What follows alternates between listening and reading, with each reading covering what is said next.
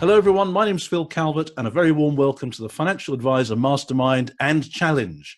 Throughout this week, advisors, leading experts, and consultants to the financial planning profession are sharing amazing insights into just what makes a world-class financial advice business. Today, I'm delighted to be speaking with someone who has been at the forefront of technology discussions. He's a fintech and personal finance futurologist and director of the Financial Technology Research Centre. Please welcome Mr. Ian McKenna. How are you today, Ian?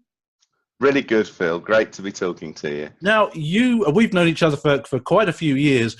For people who don't know you, just tell us a bit about your background, how you got started in technology, and how you got to where you are today.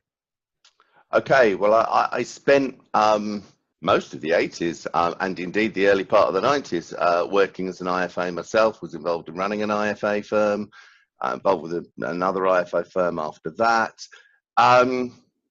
There was a point where, actually it came up very recently on your Facebook group the other day.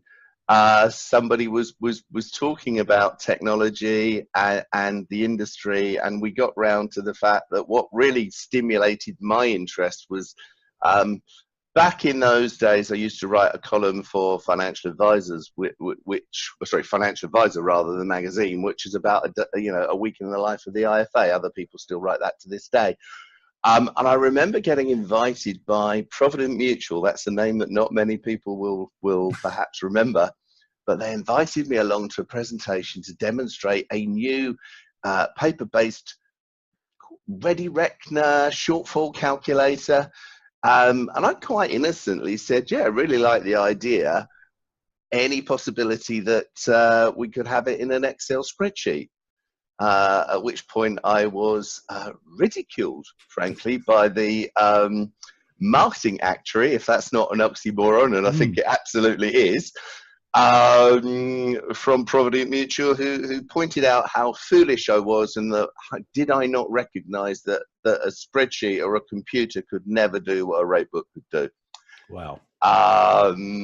Which I have to say amused me. There were other people in the room that sort of were very much supportive of the Provident Mutual position. I think what we could say is, well, we all know what happened to Provident Mutual. And there are still Provident Mutual contracts kicking around in Aviva, but not as an independent entity. And I think, that really was a classic. It's certainly... The other thing is, I remember going into my advice firm on a Sunday, with the objective of just knocking out a short note to a client. And at the time, we had a whole lot of the early Amstrad machines. Oh yeah. And if you remember, they used to have, if you knew where the on-off switch was, which was actually right round the back of the monitor, it was absolutely fine. But if you didn't, you weren't never going to find it. And I spent probably a good 3/4 of an hour trying to work out where the on switch was. In truth, as I found out subsequently, had I even found it and turned it on, I'd have then been sort of faced with a C prompt for those of us that remember MS-DOS. And I probably wouldn't have known what to do with that anyway. In fact, I'm certain I wouldn't know what to do with that anyway. But that kind of really brought across to me, like, okay, this technology has been used quite a bit in my business. I should understand far more about it. And really just became more and more immersed, I suppose, really as a bit of a geek. Yeah. Then a few years after that, a couple of trade publications came along to me within a week of each other, and both said, could I start writing regular columns on industry technology? To which the answer was, why not? Very shortly after they started appearing, people were coming along and saying, it's telling us very publicly how we're getting it wrong. Now, let's kind of frame this. Those of us who were in the industry in those days will remember, if we think the technology that comes out of life offices and platforms today leaves a little bit to be desired, back in the mid-90s, it really was. You kind of looked at this stuff and thought, do these people understand the role of the advisor? And yeah, so people started coming along and saying, look, you're telling us very publicly how we're getting it wrong. Can you help us get it better? And, you know, literally through starting to write regular magazine columns, it kind of changed my career. So that's a quick potted history. You know, today I run a boutique consultancy where we spend our time looking at how technology can help the financial advice market, how it can help advisors particularly, how it can help consumers. I think something that I'm very passionate about is how we can take financial advice from being something that, frankly, in a post-RDR world has become a luxury that is less and less affordable for most people. And by leveraging technology, take it back to what I think it really should be, which is something that is accessible to everybody. You know, clearly there will be those advisors who will by choice focus on the higher net worth end of the market. But I also know an awful lot of advisors who are very disappointed in the fact that, you know, the current regulatory structure really makes it very difficult for them to help everyday people with everyday needs, you know, the mass market, not just the truly wealthy. Yeah. And there's no doubt in my mind that, you know, technology has a huge role to play as an enabler. And, you know, the opportunity for those firms that want to really grow their businesses into that huge under-supported and indeed unsupported market, it is enormous. Yes, they'll make far less profit per customer, but equally potentially attract far more customers. Yeah. Let's just take a little step back and just look at the wider financial services industry and how fintech will serve it. As far as I can see, there's kind of two aspects to this. There's fintech for consumers and there's fintech for advisors.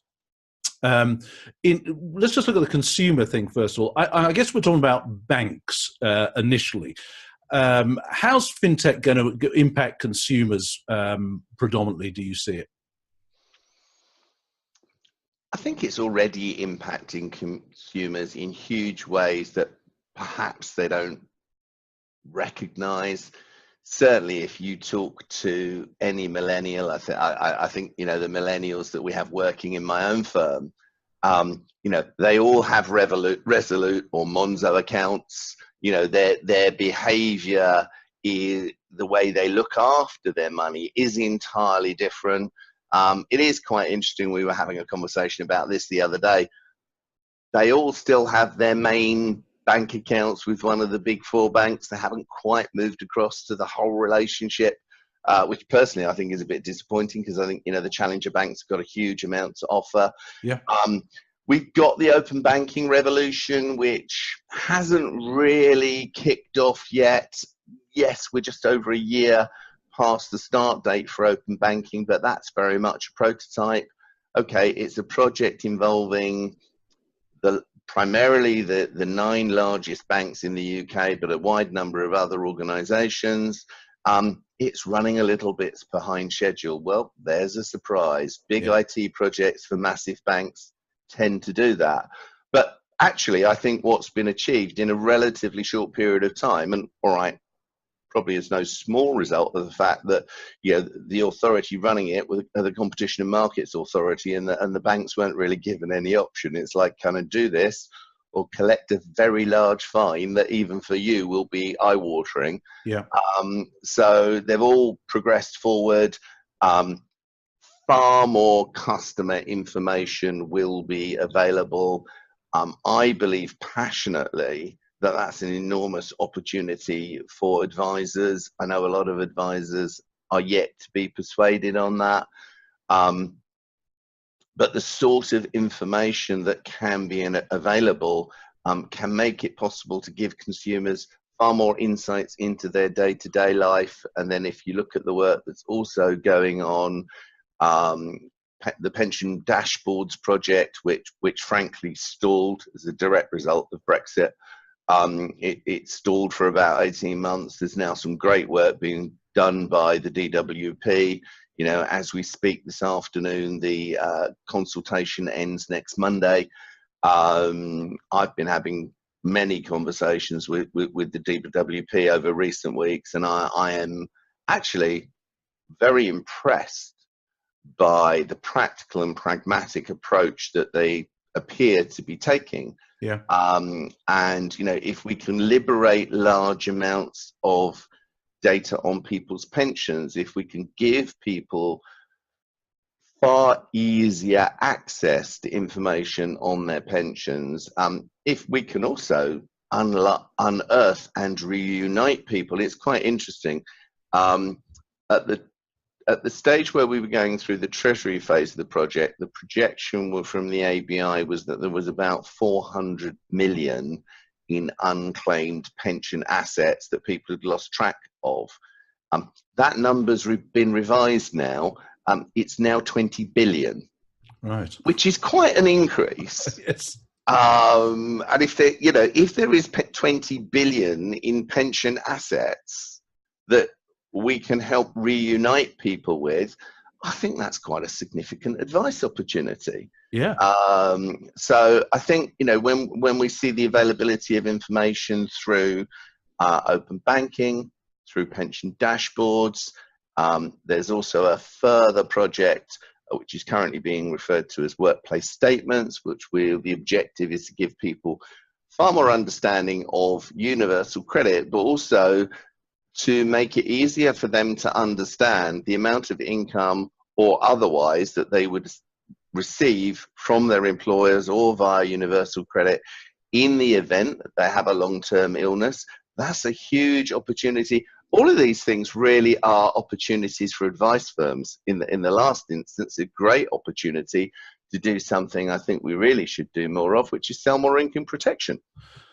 Very unsold product. I think we both have that's a little hobby horse for both of us there. Yeah. Just out of interest, you alluded to the challenges there, which are doing amazing things. You know, you can open an account in, well, seconds in some cases.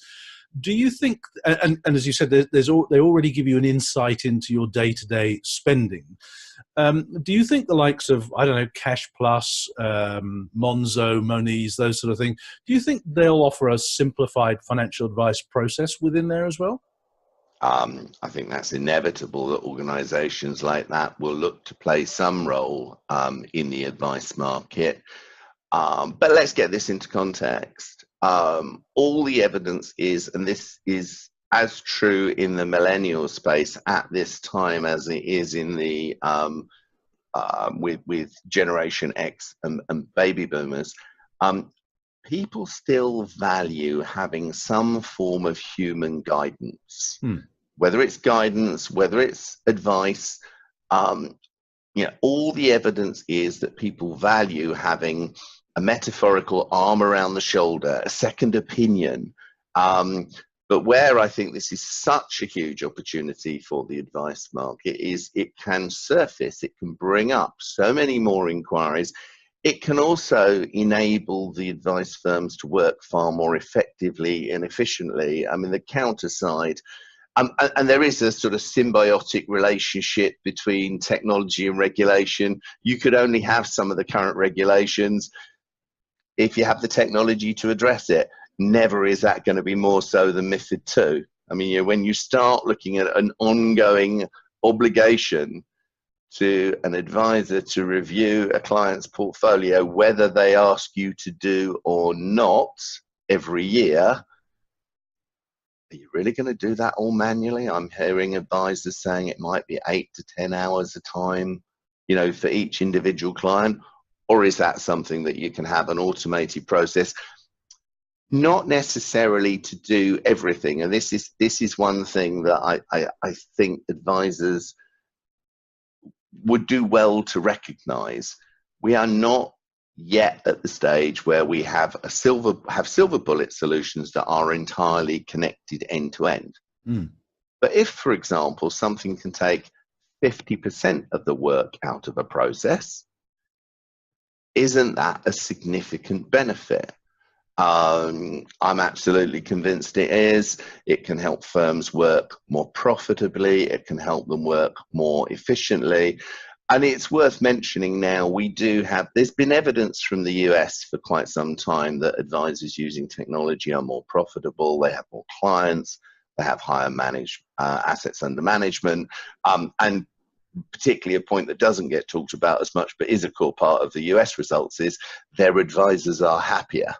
And actually, I think that's a really important point to be making. Yeah, well, that's but really we now interesting. have that evidence in the UK as well, based on some work that Intelliflo did last year, where they basically crunch because they are able to monitor quite literally every click and movement that goes across their system and understand which advisors are making most use of the system, and they've actually been able to track the use of the system with profitability and demonstrate that they put firms into 4 categories. And those that are in the highest categories using systems most typically have twice the level of assets under management, approaching twice the level of profits, all really valuable metrics to demonstrate the payback that firms can achieve. But I think the point I'd want to make there is it's the can. You've got to make sure if you're investing in this technology, something I would be saying to every advisor is make sure your staff really understand how to use these things fluently. There's nothing worse than paying a license fee and then only using about 10% of a product. Yeah. You're wasting money. And I do speak to so many advisors who will actually readily admit, yeah, they only scratch the surface of what they could be doing with the software. Well, my answer to that is, why don't you want to get more out of it? The license fee is the same, whether you use 10% of it or whether you use 100% of it. So actually, that makes investing in training to get full benefit out of it something that I just think it's a matter of common sense and will pay back many times over, both in improving administrative efficiencies, but also actually the bottom line of the business. Yeah, you said something really interesting there about profitability. You know, there's a direct link between using the tools and profitability. I remember when I was a broker consultant in the early 90s for Zurich Life, I used to call on Roland Ravitch Sherbo at Key Securities, I think the name of his firm was. Yeah, down in as they were at the time. I was trying to get him to flog our critical illness plans to his clients, and he said, "I'm not interested in that, Phil." He said, "But I want to show you something." He said, "We've been doing a piece of work on how profitable our clients are." And he gets out this big old spreadsheet, and he says, shock horror, the vast majority of our clients are actually unprofitable to us. And we would not have known this had we not done some technology work. And what he showed me that day turned out to be the first cut of Client Care Desktop. You remember that? Not a perfect piece of back office software, but it was one of the movers and shakers, wasn't it? Yeah, it was. And it still exists today, I believe. It's part of Capita now, but I mean, equally, Mitch and Roland have moved on and now have their Curo product, which Time for Advice offer, and I think is a very significant product because it's actually built on Microsoft Dynamics. So they're leveraging billions of pounds going in every year to build that platform out. And certainly I hear very positive feedback from many firms that use that system. So, that is a good example of how firms can really be getting a better understanding of their clients, make the technology add real benefits to them. I've seen this with other financial advisors, and you hinted this yourself. Those that actually really take an interest in how this stuff can help their business, they get really passionate about it. There was a financial advisor, I can't remember his name now, he's passed on now, but there was a guy who he was always banging on about the importance of technology, and he only started doing that when he started paying attention into what the potential benefits were from it. Now, you travel around the world and you go to all sorts of events. Tell us about what's happening overseas, perhaps in the States, because I guess what's happening in the States is going to come over here at some point.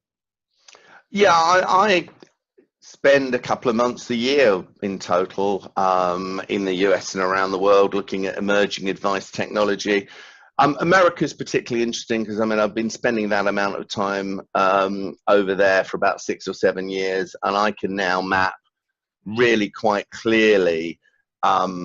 It's going on a trip over there to look at some of these events is a bit like getting in a short-term TARDIS. You know, you can see what's going to be happening over here about 3 years ahead of it actually happening. And I can now map many scenarios, situations where, yeah, I've seen things in the US, and roughly sometimes it's 2.5 years, sometimes it's 3.5 years, but it's in the 3-year ballpark. I mean, if we talk about the emergence of the first D2C robos, if we talk about the point at which robos pivoted and realized, actually, we really need to work with the advisors rather than try and compete with them. Yeah. You know, all of those things have been happening.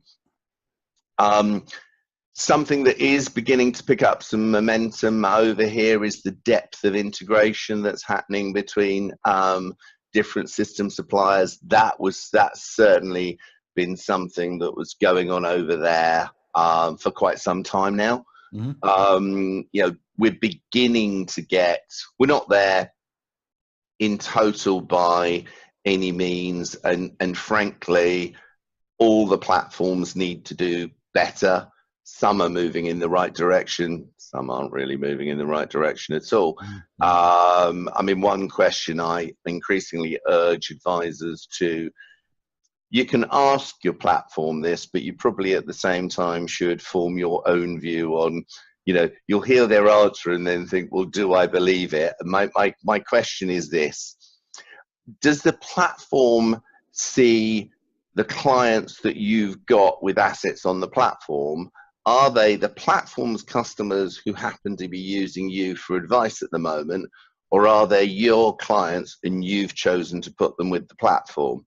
And if it's not the latter, you need to be looking for another platform. Yeah. I come across an increasing number of situations where advisors really want to get to grips with providing, you know, a digital relationship with the customer, supplying all the information a customer would need, and let's come and talk about that in a minute. But the platform's a blocker. You know, platforms who either build one-way data flows, so all the information goes to them, but nothing comes back, or don't build anything at all, or don't provide. And I think this is going to be a really big issue as we get into the detail of ex post MiFID reporting, the level of transaction history in a clean way that the advisor needs. Otherwise, they're going to struggle with that reporting. Right. There are very few platforms at this time that are really embracing supplying the advisors with all the data they need. But I raised a point there I'd like to expand on. If we look at the way that consumers use technology today, I mean, who would have thought if you'd said to somebody in 2008 or 2006, you know, by the end of the next decade, everybody will be taking pictures of everything and sharing it with everybody, you know, and it wouldn't just be teenagers doing it, you know, people in their 50s and their 60s would be doing it just as much, perhaps actually more now, than the teenagers. People would have laughed. Yeah. And yet social media is so embedded in our lives. So everybody's using technology in some way, or certainly the vast majority of consumers of whatever ages are using technology in some way or another.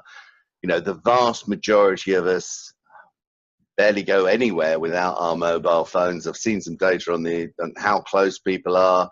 It's quite scary when you look at something, and people that are never more than 3 foot from their mobile phones, and mobile phones are going places that they really, frankly, shouldn't go. But that's another discussion. And particularly, there tends to be something of an assumption that older, wealthier people don't use technology. Well, there's a very, very clear pattern, particularly amongst people in the immediate post-retirement phase. As soon as people retire, they suddenly have the time to really get to grips with all this technology that they've never bothered with before. And as often as not, it's the Skyping with the grandkids. Yeah. Because, you ain't going to get to speak to your grandchildren unless you speak to them on the platform that they use. So a challenge I'd sort of put to all advisors is talk to your customers about what technology they're really using in their lives and how it's changing their behavior, and think about, are there ways that you can be working smarter and you can be, if you've got a client that's using his iPad all the time, actually for information, don't you want to make sure that you're actually delivering your information over that platform that they choose to use? Increasingly in a digital world, if you're not using the customer's channel of choice, you're not in their line of sight. And if you're not in their line of sight, you're beginning to disappear out of the picture. Yeah. So I would certainly say that advisor firms should be considering how they can supply all the information that historically might have gone into the annual or quarterly or whatever frequency report you're delivering it. Actually, is delivering it on paper the right way to do it? Or is there a segment of your customer base that would actually really value all of that information on their mobile device of choice, when they want it, wherever they want it? Because if that segment of your customers exists and you're not supporting those customers in that way, if they're using their mobile devices as increasingly people do, as the default way they assimilate information, if you're not presenting that data, they'll go and look for that data from someone else. Do you think that will make some financial advice propositions more attractive to pay for because they very obviously offer that kind of communication? I'm not sure it'll be something that clients will see that they particularly would need to pay for. I think it will be a hygiene factor. Yeah, I'm thinking more in terms of the perception of an organization. Goodness, they talk to me how I want to talk to them. Well, yes, and the other point I'd make is, how many advisors want to spend more time in the office in evenings than at weekends? Because actually, if you look at the data from a number of the self-service online financial services portals, their busiest times are early evening, and actually a real sweet spot is about 5 o'clock on a Saturday and 5 o'clock on a Sunday. Yeah, which tends to be a time that a lot of people have. Okay, yeah, there's a lull between whatever you're doing in the afternoon and whatever you're going to do in the evening. Right, I'll go and have a look at my finances. Now, if you're not in the office at that time, and let's face it, who wants to be in the office at that time, and they can't get the information from an online digital service from you, they'll start looking for that information in other places. Yeah. And if they start finding it in other places, you need to be careful that they're not beginning to build financial relationships with other people. Well, all of this, by the way, I think is avoidable by advisors, developing their own service. I mean, I look at a lot of financial advisors' websites and their broader internet presence as well, and I almost never see them offering the opportunity for clients to talk to them through Skype or Zoom, as we are now, and to have meetings like that. I never see that as part of the proposition. Yeah, it's an interesting one. I think it's far more accepted by advisors now. There is a small and growing band of advisors who are offering that option. By no means the majority yet. What I think is really interesting, when you talk to those that do, actually clients really like it. Yeah. It does change the pattern of behavior. You're more likely to have shorter but more frequent discussions. You've got the opportunity, as we are today, to be recording everything. Yeah. So that, you've got a record of exactly what you said to the client. And, how many advisors are there out there when, particularly when clients might have selective memory, where wouldn't it Yeah. really be useful to be able to go back to a video of, well, what was the discussion? Yeah. What, And what how I'm what I'm kind of getting at is that whilst more financial advisors do offer that service, they don't proactively promote that yeah, as good point. part of what they do. And I personally think they should be. Yeah, I absolutely agree with you. And I think, someone we both know, Jane Hodges, who does actively promote.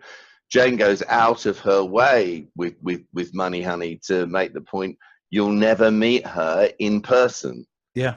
And you and I both know from conversations with Jane that she's absolutely inundated with clients who really want to work that way. It's also worth talking about the fact there is detailed scientific research that's been done. There was a study in the US where a firm took a scientifically valid sample of consumers who were all in their 50s to 70s, income of over $85,000 or $250,000 to invest. And these were people that had never had advice before, and they put half of them through a physical in-person advice process and half of them through a remote process. And in doing so, they hooked them up to biometric testing kit so they could actually measure their respiration, their perspiration, their heartbeat, and tell the consumer level of stress through the process. And the results were that the customer was less stressed at every part of the process with the remote session than they were with face-to-face. Really? By the way, the most stressful part of the interview was the time that the advisors kept them waiting outside their office. So a small tip is like, don't keep the customer waiting, because that's that has a negative effect. Something though I am beginning to see in this context is, particularly when you talk to younger advisors. I've been doing some work recently with some groups of younger advisors and putting this concept to it, and they absolutely love it.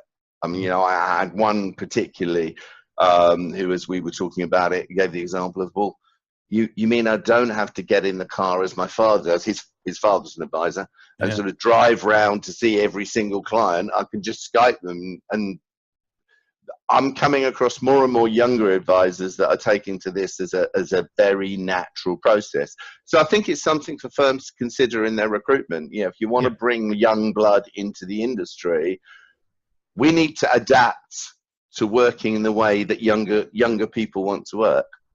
Yeah, I think if you look at, all financial advice firms are using technology in some way, shape or form. But what are the firms that you see that really are doing? What are they doing differently from firms that haven't quite grasped it yet? I think it's substantially about considering, how does your technology proposition align with your customer? Are you giving the opportunity to present things digital first? That, by the way, will not be for absolutely every customer. I'm not saying for one moment that there won't be customers that are very happy in working in traditional ways. However, more and more people, the perception of wealthy older people not using technology, the reality is that wealthy people particularly are generally early adopters of technology. So I think the firms that are being particularly good at this are those that are looking and saying, okay, how can I give those customers that want to go down this route the option of providing everything to them electronically? I think there's also a really important issue around business change. If you're going as a species, we don't like change. We kind of naturally are resistant to it. So it's really important, if you're going to make changes in your business, to share the vision with everybody and to make sure that everybody in the business has the opportunity to express their views, their preferences. When you're planning technology change, talk across your team about, well, what if there's one thing you'd really like to change, what's that? And then what are a few other things that would be really good? Yeah. Get everybody. I mean, if you look at large organizations when they make major change, the change management budget is frequently far larger than the actual cost of the technology they're putting in. But if you don't get people's hearts and minds, you won't get the best out of it. Yeah. And I know it's not just as simple as going paperless, is it? I mean, I remember you and I were judges on the Money Marketing Awards for the technology side, and year after year, Positive Solutions would waltz in. And they've got some pretty smooth processes, but much of it was about being paperless, which is a good thing. In fact, that you have this campaign, isn't it? The hashtag Paper-Free 2020 campaign. But what should advisors be doing now in their businesses? Because technology is one of those things that if we kind of put it to one side or bury our heads in the sand or just don't go as fast as we should be, it kind of has a habit of biting us on the bum. What should they be doing now to really be preparing? I think my challenge to any advisor firm is, do you have a technology roadmap for the next 3 to 5 years? Right. Do you know how you want to change your business? And one thing I think this is very important for, particularly for firms, because there will be those who will say, well, I'm planning to retire in the next couple of years. Actually having good technology in your business will enable you to be able to far better demonstrate to a potential purchaser that the actual value of your business and how much the recurring incomes are. Indeed, there are a number of organizations that try to acquire or that do acquire financial advice businesses. We ran an event about 2 years ago where we invited one of these along because I particularly wanted to say to them, was it a good move for firms to implement technology? And the response was the guy turned around and said, oh no, don't tell them how to do that. My business model relies on buying analog businesses and getting the value uplift for me by converting them to digital. Well, my suggestion to any advisor looking to exit is, do you really want to give that money away? Businesses that have converted and have fully implemented technology can far better demonstrate the level of recurring income, and therefore a buyer can have far greater certainty of what they're buying and they're going to get an uplift. But even for any advisor business, it really is a matter, I think, of identifying where do we want to be in 3 years, in 5 years' time, because we are going to see change.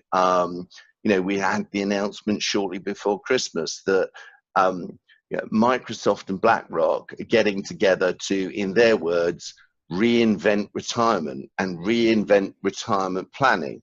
Now, that's two huge behemoths who, will they get it right or not?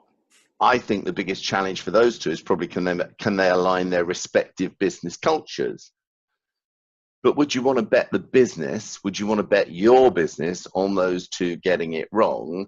And even if that particular initiative doesn't deliver a massive change, sooner or later, some of these players that are coming along, people that are looking to play, you asked about challenger banks earlier. Another segment I think firms need to really keep an eye on it is the mobile phone companies. If you look at a company called giffgaff, who are one of the niche mobile phone companies, stunning reputation for customer service, go and have a look on their website at what they're actually doing about introducing a financial planning service.